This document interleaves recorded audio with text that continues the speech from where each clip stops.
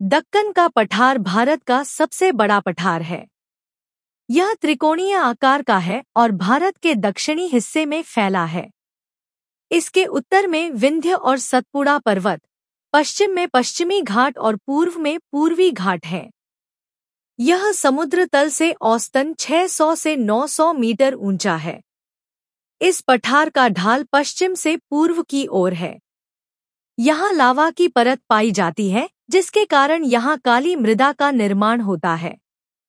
दक्कन पठार का उत्तरी भाग महाराष्ट्र पठार कहलाता है।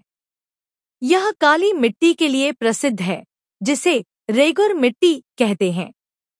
यहाँ कपास की खेती खूब होती है। गोदावरी, कृष्णा और भीमा नदियाँ यहीं से बहती हैं। इस क्षेत्र में नागपुर और पुणे जैसे महत्वपूर्ण शहर आते हैं। दूसरा भाग है कर्नाटक पठार, जिसको 600 मीटर की सर्वोच्च रेखा 2 भागों में बांटती है, जिसके उत्तरी भाग बेंगलुरु पठार और दक्षिणी भाग को माइसोर पठार कहते हैं। यहाँ लाल और लेटराइट मिट्टी मिलती है। यहाँ कॉफी, गन्ना और चावल की खेती होती है। बेंगलुरु पठार पर कृष्णा, तुंगभद्रा और मैसूर पठार पर कावेरी नदी बहती है। इसके पश्चिमी पहाड़ी भाग को मलनाद व पूर्वी समतल भाग को मैदान कहते हैं। तीसरा भाग है आंध्र तथा तेलंगाना के पठार।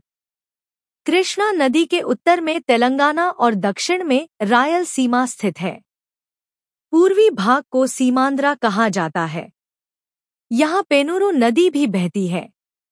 यहाँ डेल्टा क्षेत्र बहुत उपजाऊ है। धान और गन्ने की खेती यहाँ प्रमुख है। हैदराबाद और विजयवाड़ा इसके महत्वपूर्ण शहर हैं। तो दोस्तों, दक्कन का पठार भारत के भूगोल का आधार है।